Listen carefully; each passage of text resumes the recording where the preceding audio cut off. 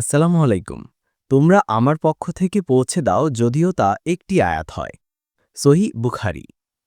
তার কথার চেয়ে আর কার কথা উত্তম হতে পারে, যে মানুষকে আল্লাহর দিকে আহ্বান করে, সৎ কাজ করে এবং বলে, আমি একজন মুসলিম। সূরা হামিম সেজদা আয়াত ৩৩। যে ব্যক্তি কোনো ভালো কাজের দিকে মানুষকে আহ্বান করে, পথ দেখায়, সে যেন নিজে সেই কাজটি করেছে এমন সওয়াব পাবে। তবে আমলকারীর সওয়াব এতটুকুও কমবে না। সহিহ মুসলিম।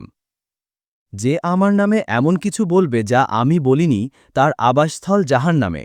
সহিহ বুখারী। ইসলাম প্রচার করুন, তবে কেবল সহিহ দলিলের ভিত্তিতে। আপনার একটি শেয়ারই হতে পারে কারো হিদায়েতের কারণ। সেই সওয়াব ইনশাআল্লাহ জমা হতে থাকবে কিয়ামত পর্যন্ত। লাইক দিন, শেয়ার করুন এবং অন্যদের আমন্ত্রণ জানান।